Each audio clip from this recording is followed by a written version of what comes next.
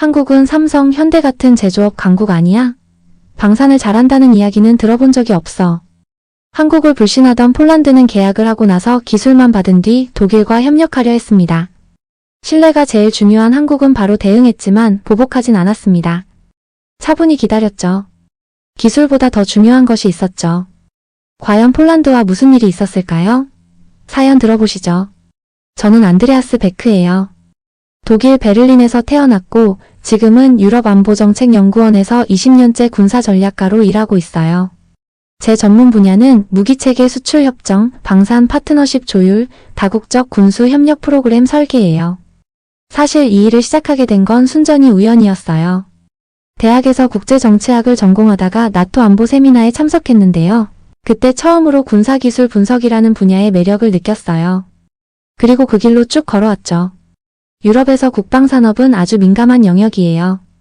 독일의 레오파드 전차, 프랑스의 라팔 전투기, 영국의 타이푼 전투 시스템 이런 기술을 누가 쓰고 누가 공급하느냐에 따라 외교 지형까지 바뀌곤 하거든요. 저는 그 복잡한 이해관계의 한가운데서 언제나 현실적인 해법을 고민했어요. 그래서 감정보다는 철저한 계산을 믿었어요.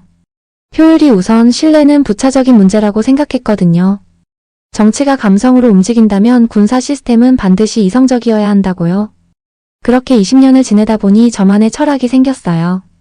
모든 협력은 결국 이해득실의 계산이다. 정치적 수사나 동맹 선언 같은 건 포장일 뿐이고 각국은 결국 자국 이익을 위해 움직여요. 그래서 저는 언제나 상대방도 우리와 똑같이 생각할 거라고 믿었어요. 신뢰? 도덕적 의무? 그건 계약서에 쓰는 말이지 실제로 지키는 건 아니야. 이런 식으로요. 그러던 어느 날 폴란드 정부로부터 국방자문관 자격으로 바르샤바에 파견되라는 요청이 들어왔어요. 목적은 명확했어요. 한국과 체결 예정이던 대규모 방산 도입 계약 FA50 경공격기 K9 자주포 현지 조립 공장 건설 프로젝트의 기술 평가와 리스크 분석을 맡아달라는 거였죠. 솔직히 처음엔 의외였어요. 한국? 유럽에서는 여전히 한국을 제조업 강국 정도로만 인식하고 있었거든요. 삼성, LG, 현대 같은 브랜드는 유명했지만 군사기술 분야에선 아직 검증되지 않은 국가라는 이미지가 강했어요. 물론 최근 몇 년 사이 K방산이 주목받고 있다는 이야기는 들었지만 그래도 독일이나 미국 시스템에 비하면 한참 뒤처진다고 생각했어요. 솔직히 약간은 우습게 봤죠. 바르샤바로 이동한 후 내부 회의에 참석했는데 분위기가 좀 심상치 않았어요. 일부 고위 관료들과 정책 담당자들은 한국을 그냥 값싸고 빠른 공급처로만 보고 있었어요. 기술만 받아내면 한국과의 관계는 정리해도 상관없다는 식의 이야기가 공공연하게 나왔어요. 회의 중 누군가는 대놓고 이렇게 말했어요. 동양 애들은 어차피 우리 기준에 맞춰서 할 거야. 기술만 넘겨받으면 끝이야. 그 말을 듣고 저도 속으로는 이런 생각을 했어요. 한국도 그렇게 순진하지 않을 텐데 이게 과연 잘 풀릴까? 하지만 그때까지도 저는 계산만 중요하다고 생각했어요. 관계보다 결과가 우선이었으니까요. 유럽식 사고방식에선 협력이라는 건 언제든 조건을 바꿀 수 있는 거래예요. 상대도 그걸 알고 있으리라 여겼어요. 한국도 마찬가지일 거라고요. 결국 돈을 벌기 위해 계약을 맺는 거니까 적당한 타협은 가능할 거라고 생각했어요. 그런데 제가 예상하지 못한 일이 벌어지기 시작했어요. 처음엔 모든 게 순조롭게 흘러갔어요. 폴란드 정부는 한국과 체결한 방산 계약을 대대적으로 홍보했어요. 한국 방산업체들도 FA50, K9, 천무, 다연장 로켓 시스템의 초기 공급을 위해 인력과 자원을 아낌없이 투입했죠. 첫 합동기술 검토 회의 때 저도 참석했는데 한국 측 기술진들의 준비 수준을 보고 정말 깜짝 놀랐어요. 그들은 단순히 무기 스펙만 나열한 게 아니었어요. 폴란드의 지형, 기후 조건, 현지 정비병들의 기술 수준까지 고려한 맞춤형 운용 매뉴얼까지 준비해왔더라고요. 더 놀라운 건 한국 기술자 중 이정훈 팀장이라는 분이 있었는데 유창한 폴란드어로 발표를 하더라고요. 알고 보니 6개월 동안 언어를 배웠다고 했어요. 그 성의에 폴란드 측 실무진들도 감탄했죠. 그런데 저는 그때도 속으로 이렇게 생각했어요. 시장에 진입하려면 저 정도는 기본이지. 그들의 진심까지는 읽지 못했어요. 오히려 역시 동양 사람들은 완벽주의적이군 정도로만 받아들였죠. 하지만 얼마 지나지 않아 이상한 기류가 감지됐어요. 정권이 교체되면서 새 정부가 들어섰고 기존 계약 구조에 대해 재검토를 선언했어요. 그 뒤부터 분위기가 급변했어요. 새 정부는 독일이나 미국과의 전통적 파트너십을 우선시하려는 움직임을 보였거든요. 그때 고위 관료 몇 명이 저를 따로 불러서 이렇게 말했어요. 우린 한국에서 기술만 빼오면 돼. 이후엔 독일이나 미국 쪽으로 운용 체계를 바꿀 거야. 한국 쪽은 감정적이니까 계약서만 잘 지키면 돼. 저는 그 말을 듣고 불길한 예감이 들기 시작했어요. 과연 한국이 그렇게 호락호락 넘어갈까? 하지만 제 본업은 여전히 계산이었어요. 신뢰가 아니라요. 그때는 정말 몰랐어요. 이 선택이 앞으로 얼마나 치명적인 결과를 가져오게 될지 말이에요. 그때부터였어요. 뭔가 이상한 방향으로 상황이 흘러가기 시작한 건요. 정권이 교체된 지 얼마 지나지 않아 폴란드 국방부에서 기존 계약 조건들을 재검토하겠다는 발표가 나왔어요. 겉으론 행정적 절차라고 설명했지만 내부 분위기는 달랐어요. 새 정부는 친서방 노선을 더 강조했고 한국과의 협력보다는 독일, 미국과의 기존 파트너십을 더 중요하게 여기고 있었거든요. 얼마 후 국방부 고위 관료들 몇몇이 저를 따로 불러 이런 얘기를 했어요. 우린 한국에서 기술만 확보하면 돼. 이후 운용은 독일식으로 갈 거야. 한국은 너무 감정적이야. 지금 와서 그들 눈치 볼 필요 없어. 심지어 한 사람은 노골적으로 이렇게 말했어요. 기술 이전 받을 건 다 받았어. 이제부턴 우리가 주도해야지. 그 얘기를 들으면서 정말 당황스러웠어요. 저조차도 한국과의 협력을 단순한 거래로만 생각했던 사람이지만 이렇게 노골적인 배신을 계획하다니요. 그때부터 불길한 예감이 점점 커지기 시작했어요. 그리고 제 예상은 곧 현실이 되었어요. 폴란드 측에서는 한국과 사전 협의 없이 독일 기술진과 비공식 협의를 시작했어요. K9 자주포의 일부 시스템을 독일식으로 변경하는 방안을 논의하고 있었거든요. 한국 측에서는 이런 변경이 시스템 안정성에 영향을 줄 수 있다며 협의를 요청했지만 폴란드 정부는 단호했어요. 우리가 산 무기인데 우리 맘대로 개조할 권리가 있어. 그때 한국 측에서 온 메일이 도착했어요. 정중하지만 단호한 내용이었어요. 현지 조립 공장의 설계도 공유가 이루어지지 않고 있어 일정상 심각한 지연이 예상됩니다. 또한 사전 합의 없이 제3국과 기술 협의가 진행되고 있다는 제보를 받았습니다. 이런 상황에서는 본 계약의 일부 조항 이행이 어렵습니다. 저는 바로 기술팀에 사실 확인을 요청했어요. 돌아온 대답은 더 충격적이었어요. 뭐 어때요? 어차피 거긴 제조업 국가잖아요. 우리가 가져올 건 다 가져왔어요. 이제부터는 우리가 주도해야죠. 심지어 어떤 엔지니어는 이렇게 말했어요. 한국은 그냥 달래주면 되지 않나요? 돈 좀 더 주면 될 거예요. 그 순간 제 머릿속에서 뭔가 딱 끊어지는 느낌이 들었어요. 한국은 처음부터 경고했었어요. 신뢰가 기반이 되지 않으면 기술 이전도 무기 공급도 불가능하다. 하지만 폴란드 정부는 그 약속을 너무 쉽게 깨버렸어요. 아니, 처음부터 진지하게 받아들인 적도 없었던 것 같아요. 그리고 결국 한국 측은 아무 말 없이 한 줄짜리 통보문을 보내왔어요. 해당 계약 조항에 따라 정비 및 기술 지원이 전면 중단됩니다. 정비 중단. 그 한 문장이 폴란드 전체 무기 도입 계획에 거대한 균열을 만들었어요. 처음엔 아무도 심각하게 받아들이지 않았어요. 정비 몇 주 밀린다고 무슨 일이 나겠어? 기술적 문제야 현지에서 복구하면 되지. 국방부 내부에서는 그런 낙관적인 분위기가 팽배했어요. 언론에도 발표하지 않고 조용히 넘기려 했죠. 어떤 고위 관료는 이렇게 말했어요. 한국 애들이 협상용으로 압박하는 거 아니야? 조금 기다리면 다시 연락 올 거야. 하지만 저는 알고 있었어요. 한국은 단순한 공급국이 아니었어요. 그들은 정비 중단이라는 말 한 줄로 계약 전 과정의 신뢰 기반이 무너졌다는 신호를 보낸 거였어요. 이건 협상 카드가 아니라 관계 자체에 대한 최후 통첩이었어요. 하지만 폴란드 정부는 여전히 기술적 문제 정도로만 치부하고 있었어요. 그리고 그 뒤로 문제는 연쇄적으로 터지기 시작했어요. FA-50 기체에서 오류 발생. 한국의 원격 기술 지원을 받을 수 없어 복구가 지연됐어요. 자주포 조립 라인에서는 핵심 부품 호환 문제가 발생해서 공정이 중단됐고요. 정비 매뉴얼은 있었지만 그걸 해석하고 응용할 수 있는 철학은 현장에 남아있지 않았어요. 한국 기술자들이 떠나면서 가져간 건 단순한 기술이 아니라 그 기술을 이해하는 관점이었던 거죠. 그때서야 저는 처음으로 깨달았어요. 무기란 단순히 부품 조합이 아니구나. 그 안에 담긴 운용 철학과 해석 기준까지 함께 전해져야 비로소 전력이 되는 거구나.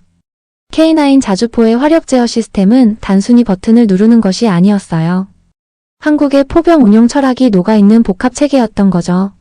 그 철학 없이는 매뉴얼이 있어도 제대로 활용할 수 없었어요. 폴란드 내부에선 책임을 놓고 서로 비난이 오가기 시작했어요. 정치인들은 한국이 갑자기 무리한 요구를 했다고 말하며 책임을 돌렸어요. 국방부는 기술 이전 과정에서 예상치 못한 변수가 생겼다고 해명했죠. 하지만 실무진들 사이에선 이런 말이 돌고 있었어요. 사실은 우리가 먼저 어겼잖아. 기술 다 받아놓고서 우리 태도가 좀 심했지. 한국 쪽은 말은 없었지만 처음부터 끝까지 일관됐어. 그 말을 듣고 저는 점점 혼란스러워졌어요. 처음엔 단순한 기술 자문 역할로 시작했던 제 위치가 어느새 내부의 양심과 외부의 판단 사이에 끼인 경계가 되어 있었거든요. 그리고 폴란드 정부는 저에게 한국 측과 재협상할 수 있는 방안을 제시해달라고 요청했어요. 하지만 저는 솔직히 확신이 서지 않았어요. 이게 단순한 기술적 갈등인지 아니면 더 근본적인 신뢰의 문제인지 판단하기 어려웠거든요. 그리고 그 시점에서 저는 한국 기술자 이정훈 팀장을 다시 마주하게 돼요. 그 만남이 제 인생을 완전히 바꿔놓게 될 줄은 그땐 정말 상상도 못했어요. 며칠 뒤였어요. 아직 현장에 남아있던 한국 기술자 이정훈 팀장 한 분이 조용히 짐을 싸고 한국으로 돌아가겠다고 했어요. 그와 복도에서 우연히 마주쳤을 때 저는 조심스럽게 물었어요. 정말 아무 말도 없이 가십니까? 그는 웃지도 않고 화내지도 않고 아주 조용히 대답했어요. 저희는 언제든 다시 시작할 준비가 되어 있습니다. 하지만 상대도 다시 시작할 준비가 되어 있을 때 가능한 일이죠. 무기는 힘이 아니라 신뢰 위에 있어야 합니다. 그 말이 정말 가슴 깊숙이 찔렸어요. 그제서야 저는 우리 폴란드가 지금 무엇을 잃고 있는지 깨닫기 시작했어요. 기술이 아니라 관계였다는 걸요. 며칠 후 저는 그동안 한국 측에서 보내온 모든 서류를 다시 꺼내서 하나하나 읽어봤어요. 계약서, 기술 매뉴얼, 교육 자료. 정말 꼼꼼하게 읽었죠. 그런데 거기서 정말 놀라운 사실을 발견했어요. 모든 문서에 공통적으로 등장하는 단어가 있었던 거예요. 상호 신뢰, 공동 책임, 지속 가능한 협력. 우리는 그걸 그냥 외교적 수사라고만 여겼어요. 하지만 한국은 그걸 실제 행동 지침으로 삼고 있었더라고요. 특히 기술 이전 조항을 보니 한국은 단순히 기술만 넘겨주는 게 아니었어요. 기술을 함께 발전시킬 파트너를 찾고 있었던 거죠. 그래서 현지화 과정에서도 폴란드의 독자적 판단보다는 양국 기술진의 공동 검토를 원칙으로 했던 거예요. 그런데 우리는 그걸 간섭이라고만 생각했어요. 그들에게는 그게 책임이었던 건데 말이죠. 그날 밤 저는 정말 깊은 자괴감에 빠졌어요. 우린 도대체 뭘 했던 걸까? 기술만 얻으면 된다는 자만, 예산만 확보하면 된다는 환상. 상대를 파트너가 아닌 공급업체로만 본 경솔함. 그 모든 착각의 끝에는 이런 생각이 자리 잡고 있었던 거예요. 한국은 그냥 팔기만 하는 나라일 거야. 그런데 이제 보니 우리는 처음부터 한국을 대등한 파트너로 보지 않았던 것 같아요. 그러던 어느 날 사건이 터졌어요. 계약 체결 7개월째 되는 날이었어요. FA50 항공기 실물 조립 시연이 예정되어 있었거든요. 현장엔 국방부 차관, 업체 관계자, 저를 포함한 외국인 자문진, 그리고 한국 기술진 2명이 조용히 구석에 앉아 있었어요. 그들은 이미 대부분의 기술 지원을 중단한 상태였지만 계약상 의무 때문에 최소한의 참관만 하고 있었죠. 그런데 실전용 엔진 연동 테스트 중 기체 내부의 보조 장비가 작동하지 않았어요. 작은 결함 같아 보였지만 문제는 단순히 기계가 멈춘 게 아니었어요. 그 상황을 복구할 수 있는 기술, 인력, 해석 체계가 전혀 없었다는 사실이 드러난 순간이었거든요. 폴란드 기술진들은 매뉴얼을 뒤적이며 당황했어요. 하지만 그 안에 적힌 기술적 설명만으로는 문제를 해결할 수 없었어요. 현장은 곧 혼란에 빠졌고 긴급회의가 열렸어요. 폴란드 측 고위 관계자는 한국 기술진에게 책임을 묻듯이 말했어요. 왜 이런 상황에 대한 대비가 안 되어 있죠? 매뉴얼에 문제가 있는 거 아닙니까?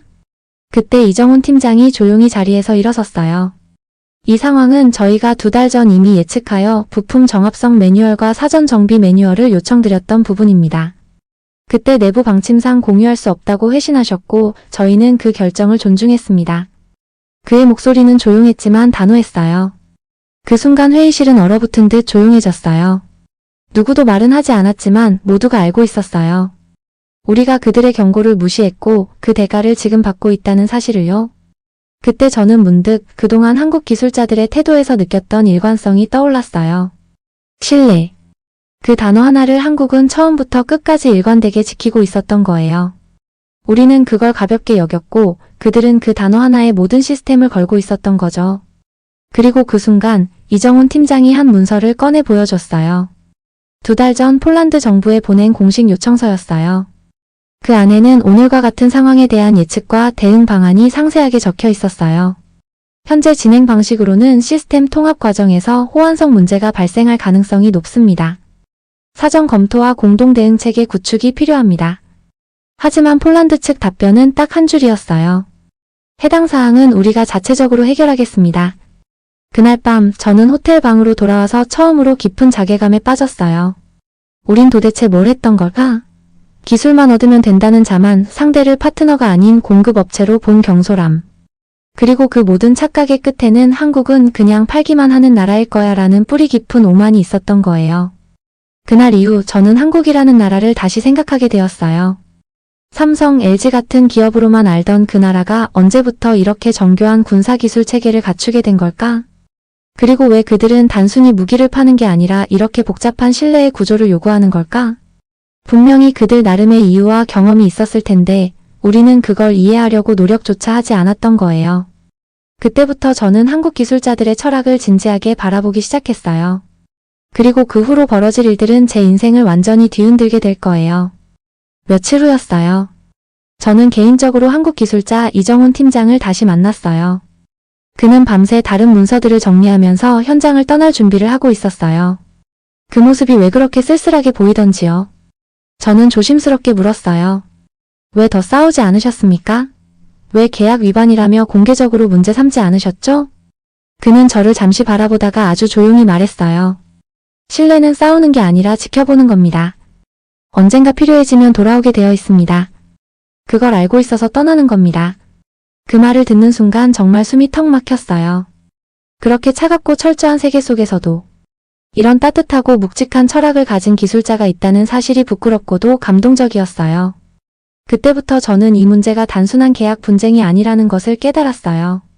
이건 두 나라의 철학이 충돌한 사건이었어요.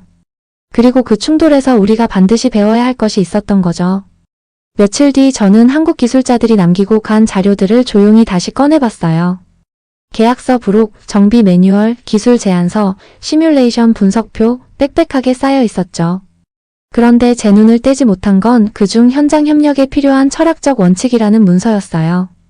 처음에는 피식 웃었어요. 철학이라니 무기계약에 무슨 철학이 필요하지? 그런데 몇 줄 읽어 내려가자 생각이 멈춰버렸어요. 무기는 힘을 담는 그릇이 아니라 책임을 담는 계약입니다. 우리는 동맹국과의 협력을 가치의 공유로 봅니다.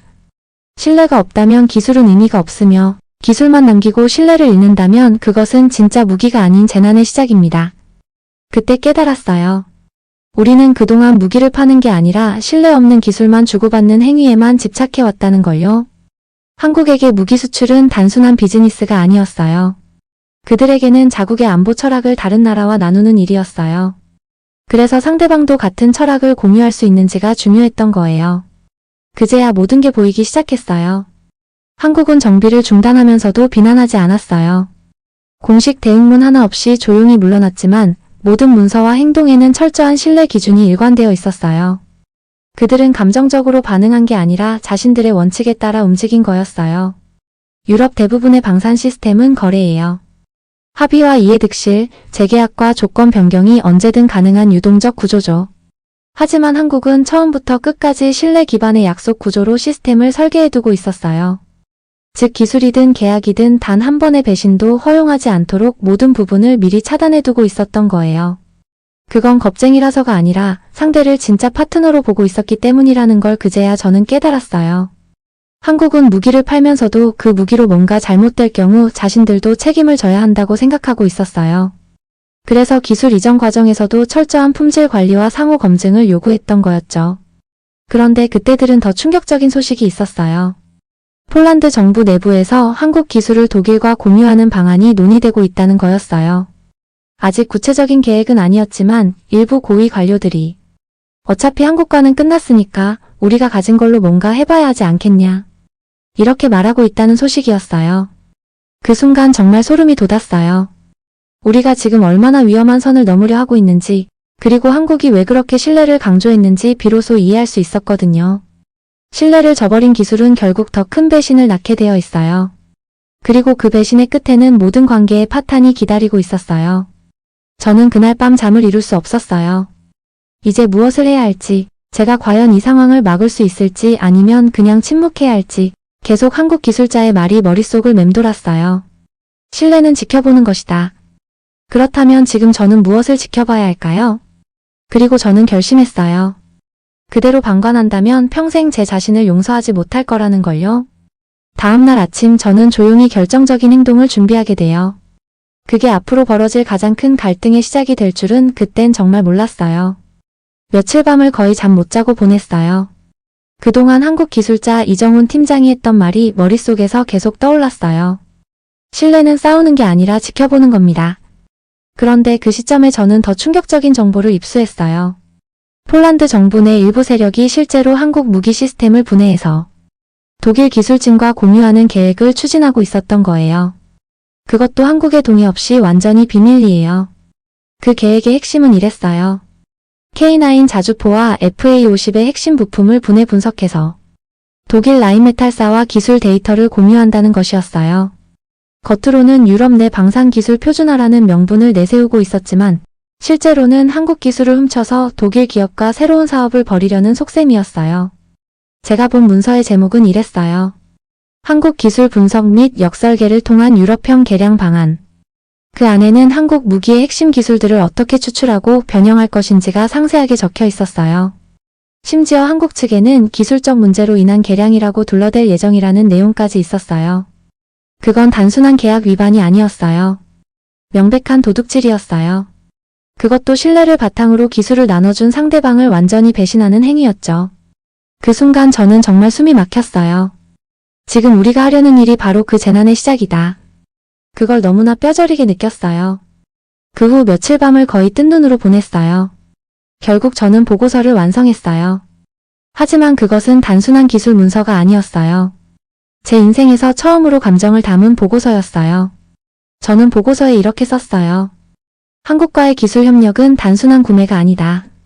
그들의 시스템은 신뢰 위에 설계되어 있으며 우리는 그 신뢰를 오해했고 결국 스스로 무너졌다.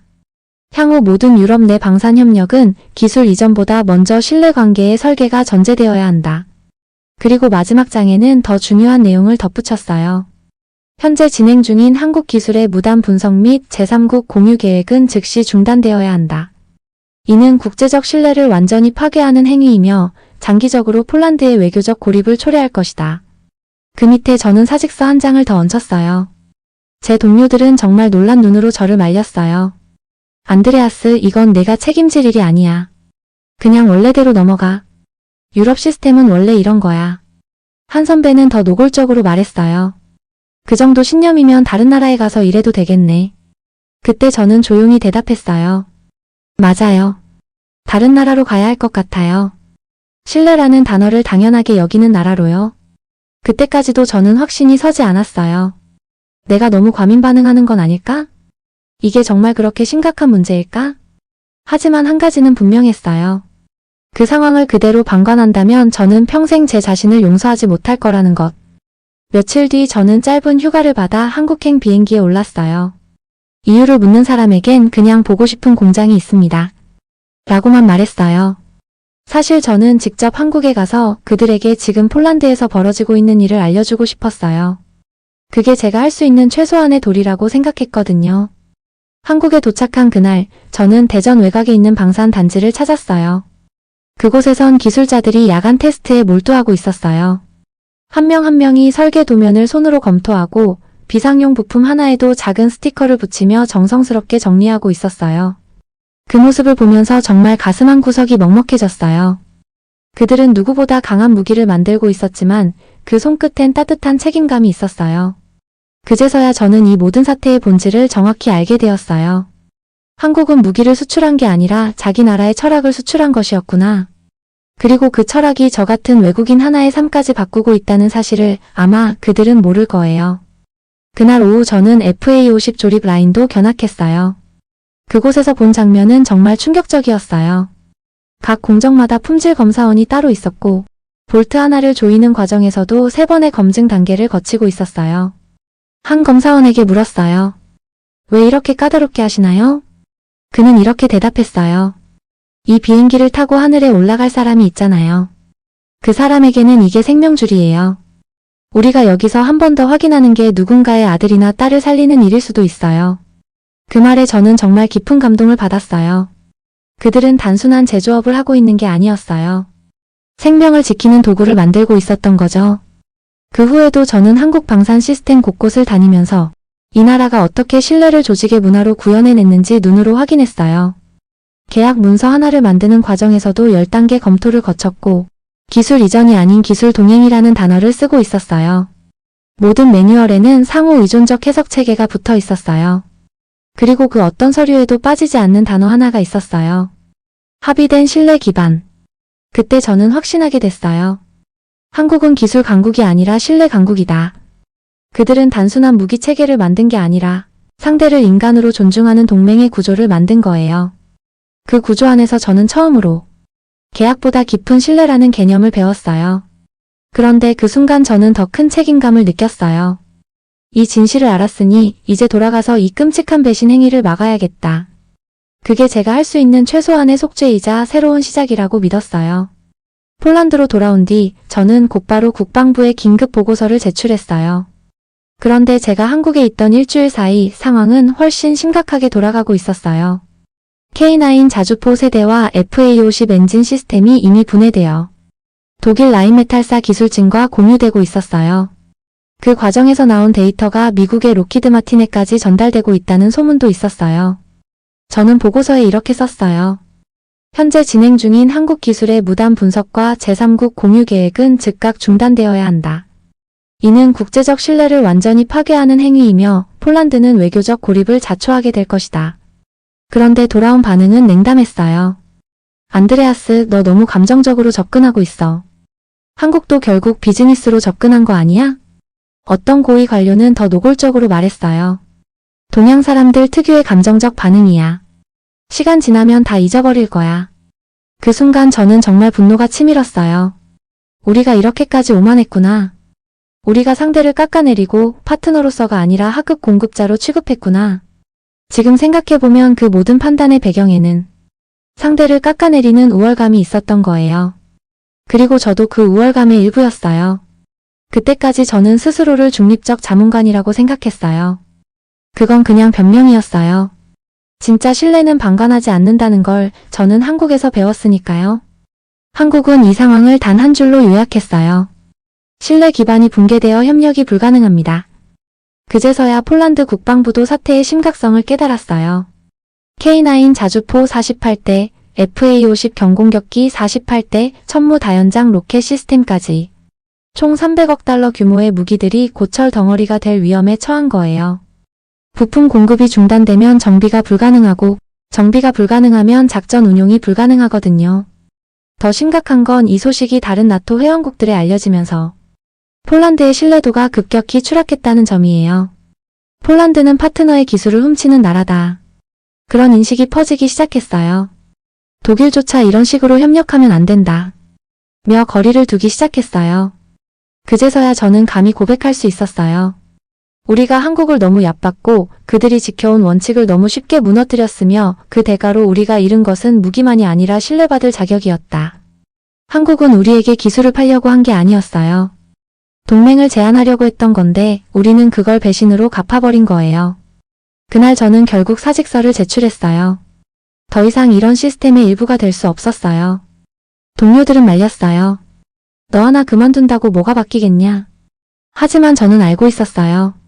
변화는 누군가 한 사람이 용기를 내는 것부터 시작된다.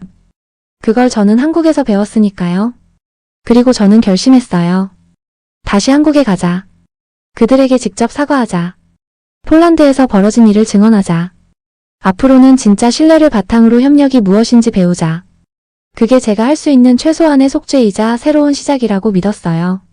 지금 저는 한국에서 돌아온 뒤 처음으로 신뢰란 무엇인가? 라는 질문을 스스로에게 던지고 있어요. 그동안 제 전문은 언제나 기술이었어요. 수치, 체계, 리스크, 효율성. 하지만 한국을 경험한 후 저는 깨달았어요. 어떤 시스템이든 사람이 빠지는 순간부터 무너진다는 걸요. 신뢰는 계약서에만 있는 게 아니에요. 그건 사람의 행동으로 쌓이는 약속이에요. 한국에서 만난 기술자들은 모두 하나같이 이렇게 생각했어요. 우리가 만든 무기로 누군가 다치면 안 된다. 그들에게 무기 수출은 단순한 사업이 아니었어요.